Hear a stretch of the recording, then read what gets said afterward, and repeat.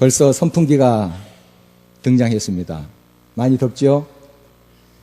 땀을 흘린 다음에 선풍기 앞에 서서 그 바람을 쬐면 얼마나 시원합니까? 그리고 마음까지 상쾌해집니다. 그런데 이 센 바람은 물론 밖에 있는 그런 더위를 많이 씻어줍니다. 그런데 정작 우리 피부 속까지 이제 열기가 다 들어가 있죠. 더위가 들어가 있습니다. 이걸 쫓아내는 바람은 좀 더 약한 바람이에요. 센 바람은 센 만큼 또 빨리 흘러가 버립니다. 저희 누님이 미용사였는데요. 제게 한 가지 비법을 알려줬어요. 기대되시죠? 우리 여성분들이 다 알고 있는 내용일지도 모르겠습니다. 이 젖은 머리를 드라이어로 말릴 때 센 바람으로 이렇게 말리죠. 말리고 그 다음에 더 약한 바람으로 머리카락 속까지 말리는 법입니다. 그리고 스타일을 잡는 것이죠. 알고 계신가요, 여성분들은? 남자분들은 그냥 센 바람이 좋아요. 그냥 탁 해서 말리는데 좀 더 약한 바람이 구석구석 쏙쏙들이 말린다 하는 사실을 우리가 알고 있습니다. 요리할 때도 조리법도 그렇다거든요. 이 무조건 센 불이 잘 요리를 만드는 것은 아닙니다. 약한 불이 은근히 가열이 될 때에 그 재료가 속속들이 익어가는 것을 우리가 알 수가 있죠. 무조건 센 불로 한다면 그 속까지 익지 않고 겉만 시커멓게 태우는 결과가 있을 수 있습니다.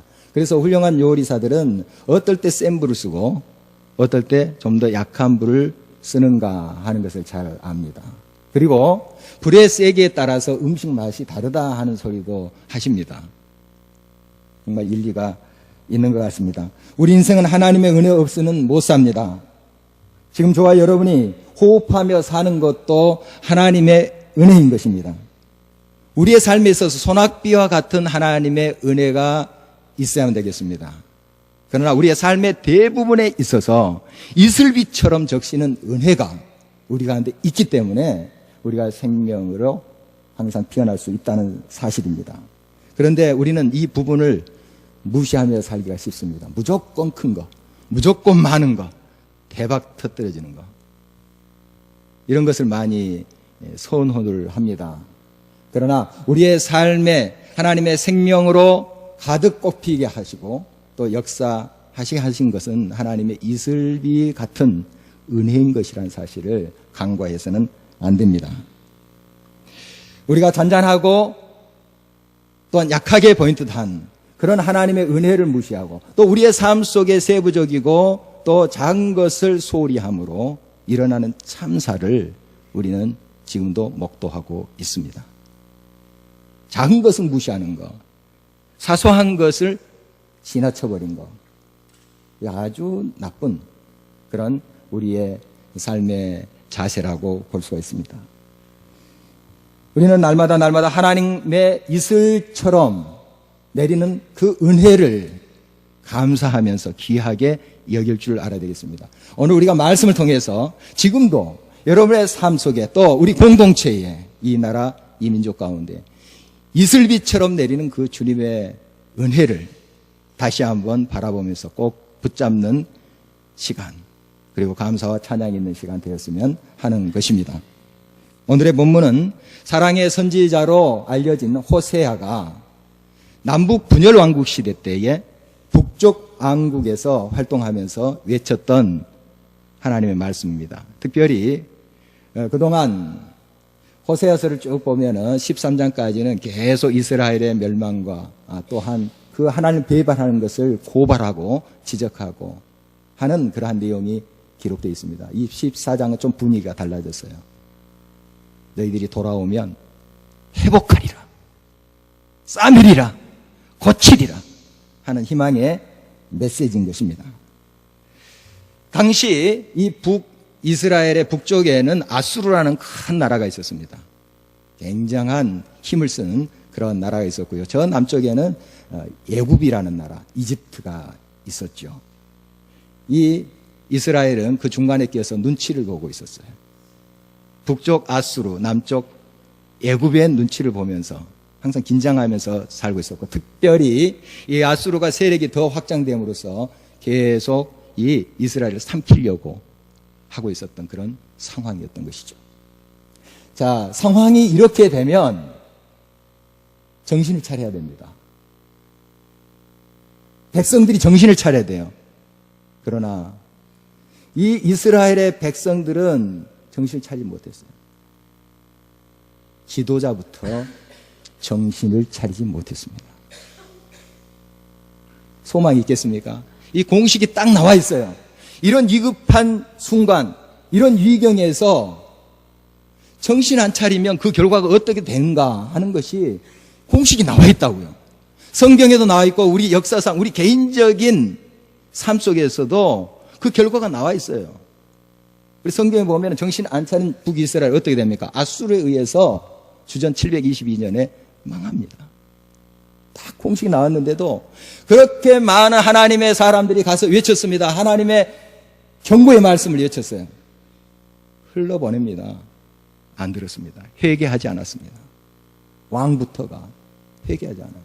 종교 지도자들조차 깨어나지 못합니다. 결과는 비참입니다. 하나님은 택하신 자기 백성을 향하여 종일 손을 벌려서 기다리고 계십니다. 지금도 기다리십니다. 그러나 하나님의 백성으로 부름받은 이스라엘, 안락과 자기 욕망을 계속 쫓아가는 거예요.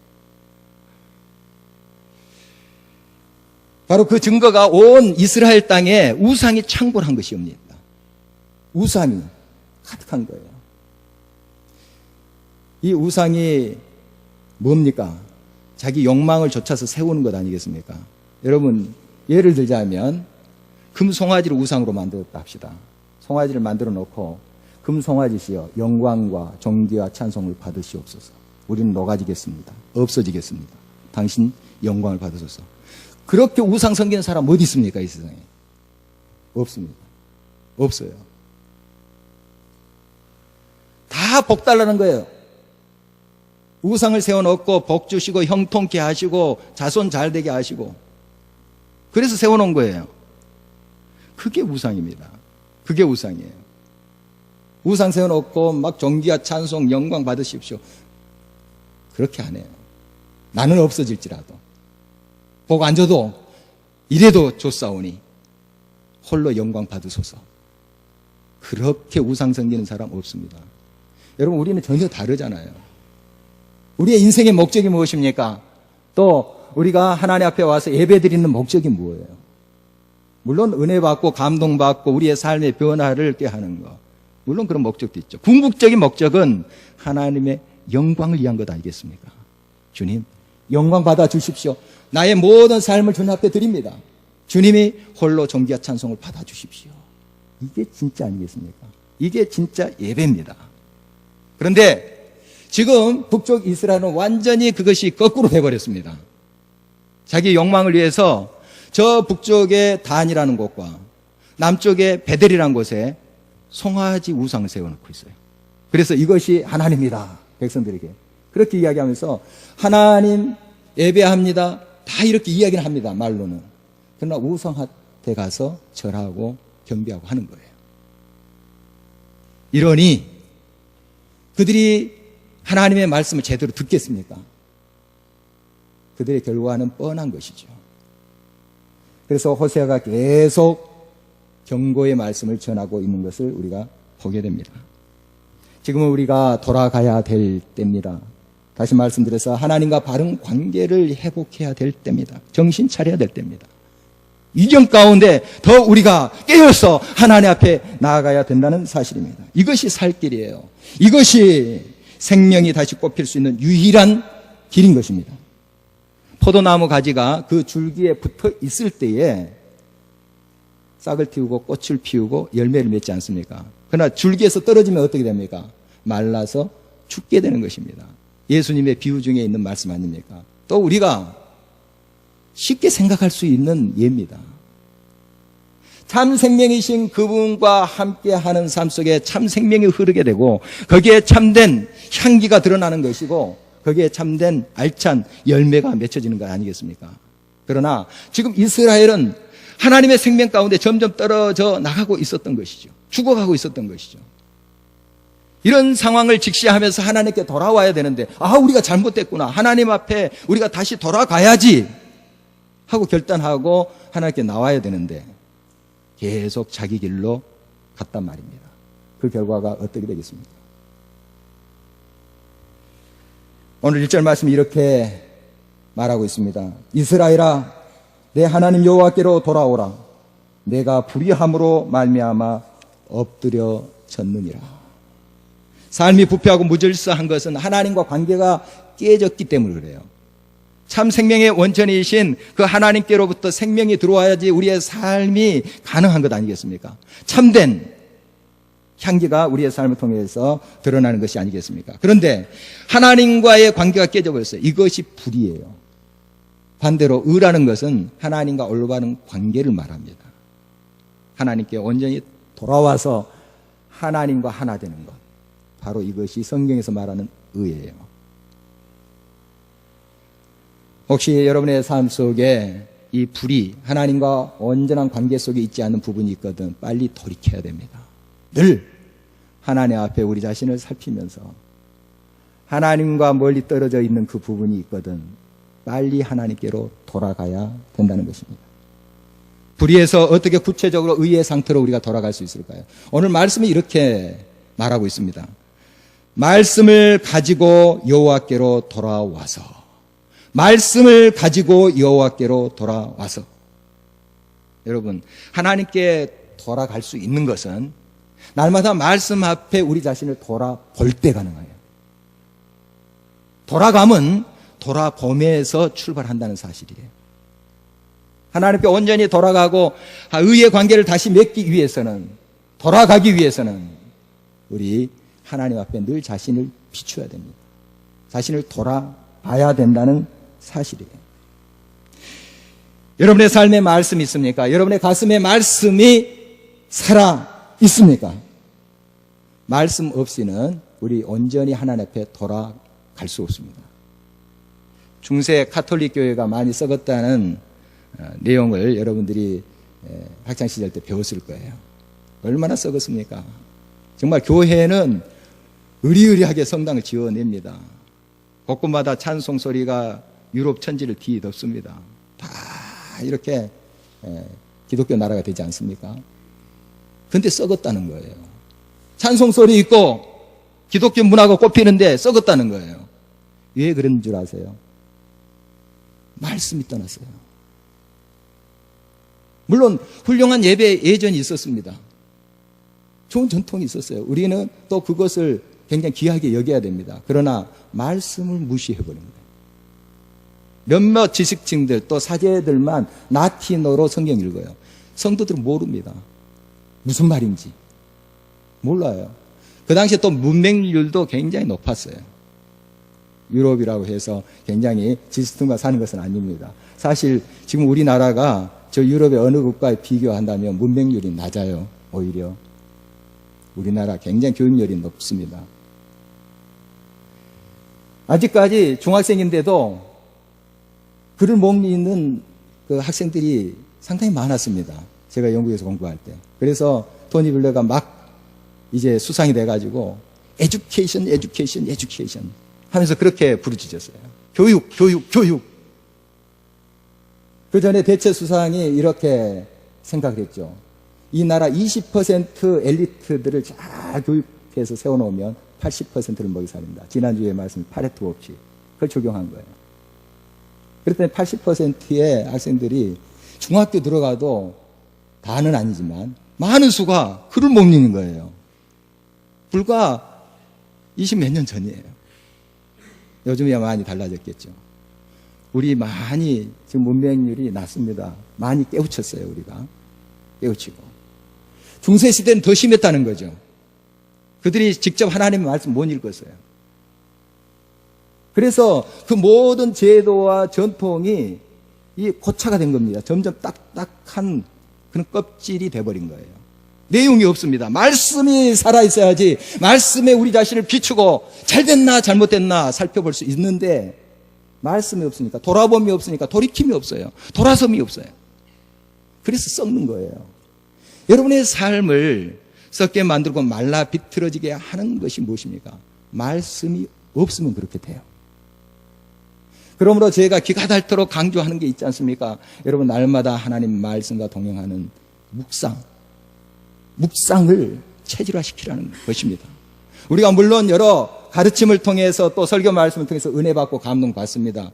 그러나 여러분의 삶을 온전히 하나님의 뜻대로 살게 하는 것은 이 말씀 자체의 능력이에요.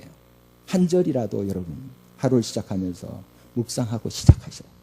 단 1분만이라도 하나님 이 말씀대로 오늘 살도록 힘을 주세요 하고 시작하세요. 여러분 1분, 2분 시간 내는 거 그렇게 어려운 일이 아닙니다. 결단하시고 하나님 앞에 나아가세요. 날마다 그 말씀을 붙잡고 하루하루를 살아보세요.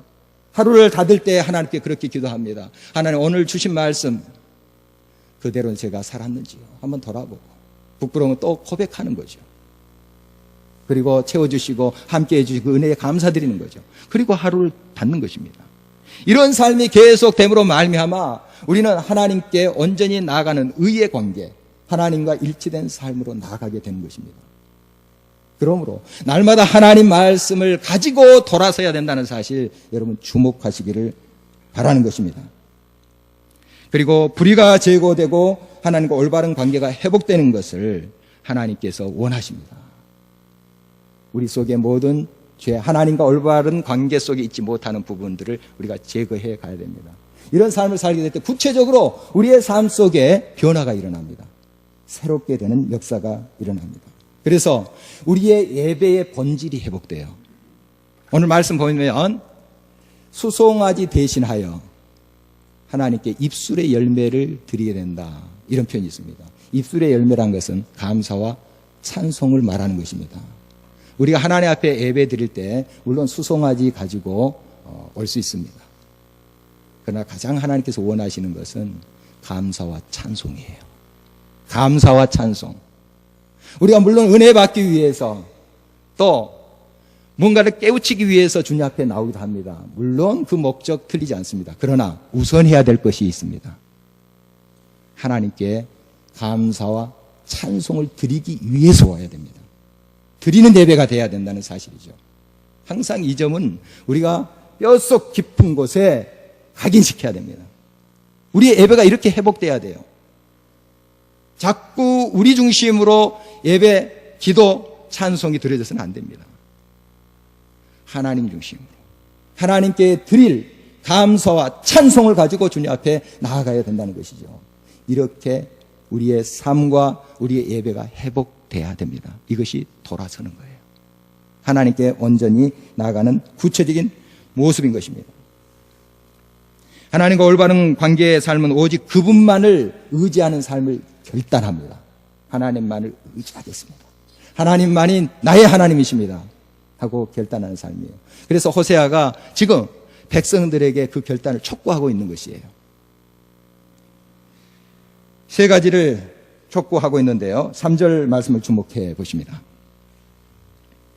우리가 아수르의 구원을 의지하지 아니하며 말을 타지 아니하며 다시는 우리의 손으로 만든 것을 향하여 너희는 우리의 신이라 하지 아니하오리니 이는 고아가 주로 말미암아 긍휼을 얻음이니이다 할지니라.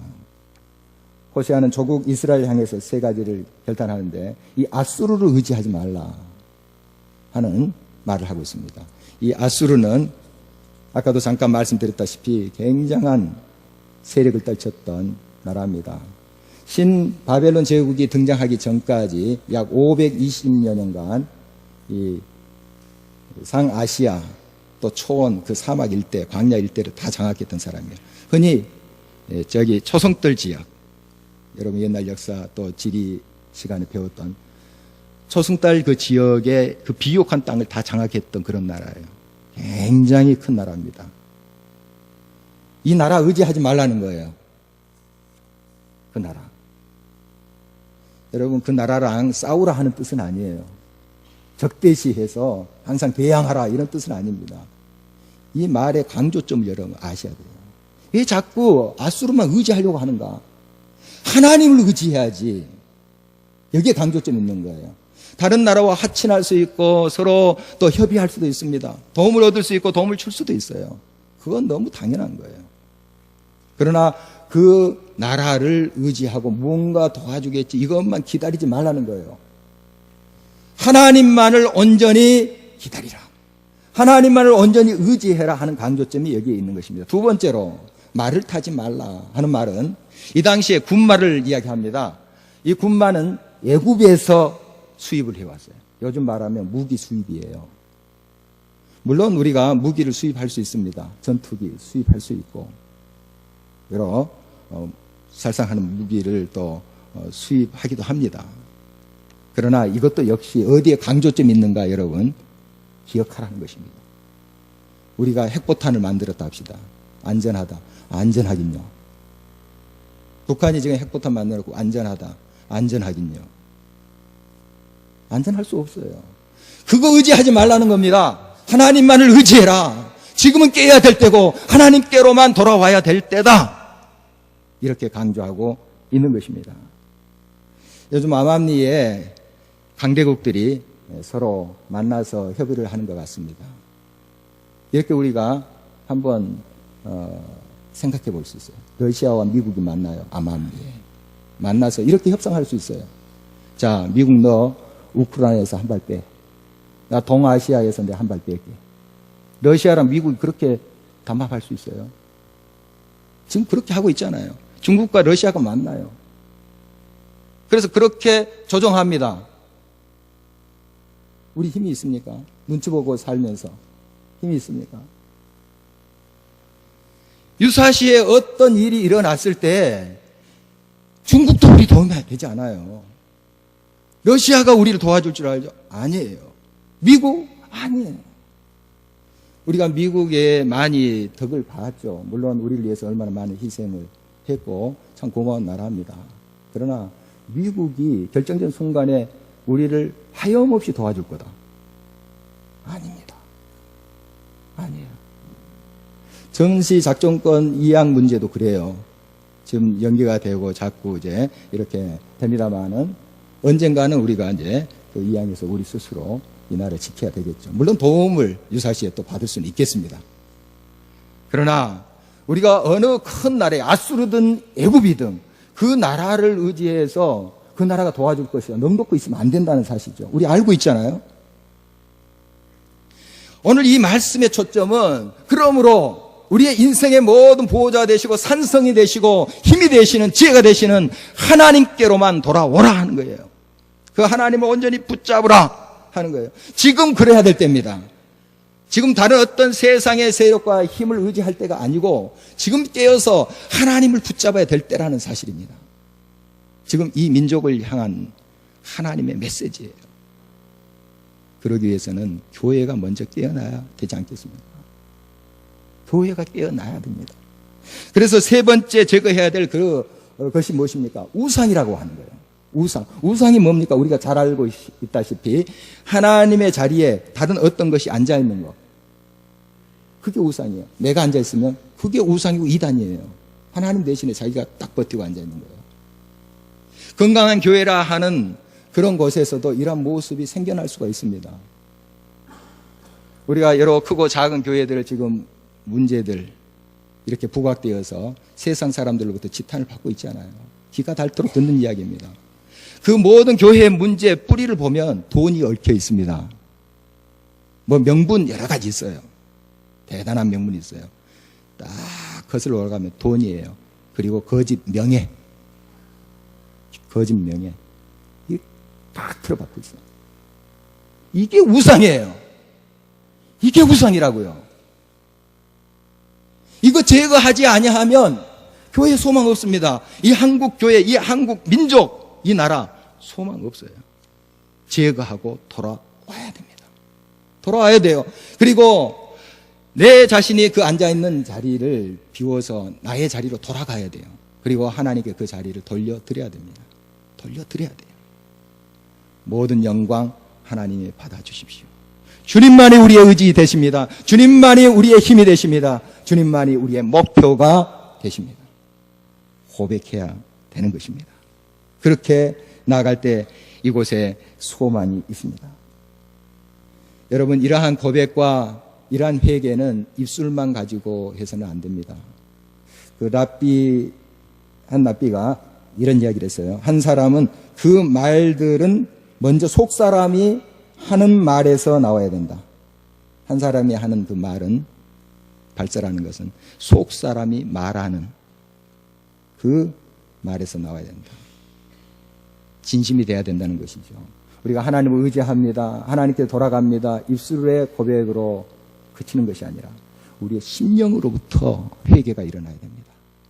정말 하나님, 우리가 잘못되었습니다. 크게 잘못되었습니다. 용서해 주십시오.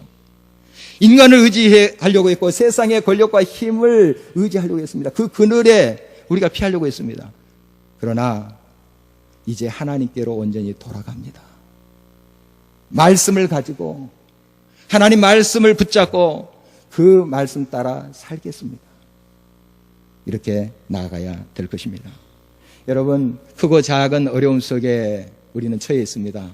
이 민족적인 현실도 보면 참 어렵습니다. 또 여러분 개인적으로도 참 얼마나 큰 어려움, 또 크고 작은 문제들이 있겠습니까? 여러분, 이 시점에서 기도해야 될 것, 근본적으로 기도해야 될 것, 이 문제를 없애주십시오, 이 고통을 없애주십시오 하는 기도보다 내 속에 있는 불의를 제거해 주십시오, 이게 돼야 됩니다. 이게 더 간절하게 주님 앞에 부르짖어야 될 기도 제목입니다. 내 속에 하나님과 올바르지 못한 그 관계, 불의, 이걸 제거해 주십시오. 근본적인 것이 바로 이 문제이기 때문에 그렇습니다. 이 이경을, 이 순간을 모면하게 해 주십시오. 빨리 지나가게 해 주십시오. 그러나 그 안에 계속 불의의 문제가 존재하는 한 더 큰 것이 터집니다. 더 큰 것이 터져요. 여러분, 하나님께 온전히 돌아섬이 중요한 것입니다. 결단하면서 하나님 도와주세요. 도와주세요. 내 안에 있는 모든 우상을 제거해 주십시오. 하나님, 두 손 들고 돌아갑니다. 주님 앞에 돌아감이 진정 회복의 길입니다. 우리가 이렇게 주님 앞에 돌아갈 때 우리 주님은 약속하십니다. 고치리라, 회복하리라, 다시 번성케 하리라 하는 말씀을 주고 있습니다. 4절입니다. 내가 그들의 반역을 고치고 기쁘게 그들을 사랑하리니 나의 진노가 그에게서 떠났음이니라. 아멘. 여러분, 우리가 진정 하나님 앞에 이렇게 진실되게 진심으로 또한 전심으로 주님 앞에 돌아갈 때 하나님은 우리를 고치십니다. 회복시키세요. 근본적으로 고치세요. 그래서 하나님은 5절 이하에 보니까 이렇게 하나님 앞에 온전히 돌아올 때 이슬처럼 그 은혜를 쏟아 부어주셔서 온 들판의 산에 백합화가 피게 하고 백합목처럼 뿌리가 든든히 박히는 그런 나라가 만들어지게 할 것이다. 그리고 향기가 발하는 백향목처럼 온 땅에 이러한 회복의 역사, 생명의 역사가 있게 하리라 하는 약속을 구구절절 주고 있는 것입니다. 하나님의 은혜는 마치 이슬비와 같습니다. 잔잔히 적시는 이슬비와 같아요. 물론 소나기처럼 쏟아질 때도 있지만 대부분 우리의 삶 속에 이슬비와 같이 깊숙이 우리의 삶을 적십니다. 여러분, 얼마나 이것이 귀한 은혜인지 몰라요. 그 이슬비와 같은 하나님의 은혜로 그 황폐했던 그 북이스라엘 회복시키리라, 새롭게 하리라 약속을 주고 있는 것입니다. 우리 하은이 이야기를 지난번 말씀드렸는데요. 저체중으로 태어난 아기입니다. 정말 꺼져갈 듯한 그 생명을 살렸죠. 그래서 이제 물론 기계를 가지고 호흡을 시킵니다만은 상태가 좋아서 이제 집으로 데려왔어요. 근데 며칠 지났는데 탈수 현상이 나타났어요. 응급실로 갔는데 심장이 멎어버린 거예요. 갓난 아이입니다. 심장이 멎어버렸어요. 보통 이 갓난 아기들이 심장이 멎으면 이 회생할 비율이 굉장히 낮답니다. 참 어렵대요. 심폐소생술로 애를 쓰면서 의사 선생님들이 그렇게 했는데 그래도 하나님이 놀라운 은혜로 7분 만에 다시 심장이 뛰게 하셨어요. 그런데 이 애가 이제 폐도 나빠지고 온 기관이 이제 망가지는 거죠. 또 이 산소가 끊기면 뇌에 이상이 생길 수 있습니다. 산소가 공급돼야 되는데 얼마나 걱정이 되겠어요. 그 엄마가 눈물로 밤을 지새웁니다. 그 아빠도 하은이 때문에 우리 교회에 처음 나온 분이잖아요. 하나님이 살아계시는 거. 정말 죄 없는 이 아이 차라리 나를 고통 속에 집어넣었으면 좋겠는데 이해가 안 되는 거죠. 그래서 전화도 한동안 안 받으셨어요. 그러나 이제 마음을 열고 그 중환자실에 있는 아기를 방문케 했습니다. 그래서 제가 가서 기도했는데요. 제가 능력이 있어서가 아니고 그 엄마의 고백입니다. 그 시점부터 이 애가 회복되기 시작했대요. 그래서 지금 폐는 깨끗하대요. 폐가 많이 폐렴으로 망가졌었는데 깨끗하대요. 그리고 지난 수요일에 이제 긴 또 장문에 그 문자를 받았는데 지금 이제 호흡기를 뗐을 것 같아요. 호흡기를 곧 뗀다고 의사 선생님이 스스로 이제 호흡할 수 있게끔. 그러면서 그 전에는 정말 이거 하나님 도저히 이해될 수 없어서 원망이 섞이는 그러한 눈물을 흘렸다며 요즘은 감사의 눈물이 계속 흐릅니다. 그런 고백이었어요. 그 아빠도 하나님 앞에 진즉 정말 기도 부탁하면서 정말 그렇게 하나님 매달릴 거 그렇게 고백한대요. 우리가 소낙비 같은 하나님의 은혜가 이 하은이 가정에 임하기를 원합니다. 그러나 지금 잠잠히 지금 고치시고 계신 이슬비와 같은 하나님의 역사 이것도 위대한 것입니다. 우리의 소망은 벌떡 일어나서 건강한 모습으로 뛰어오기를 원하는데 그러나 하나님은 지금 이슬비와 같이 그들의 심령 속에 그들의 삶 속에 그 어린 생명 가운데 은혜로 적시면서 생명을 살려내고 있다는 사실이에요. 이게 기적입니다.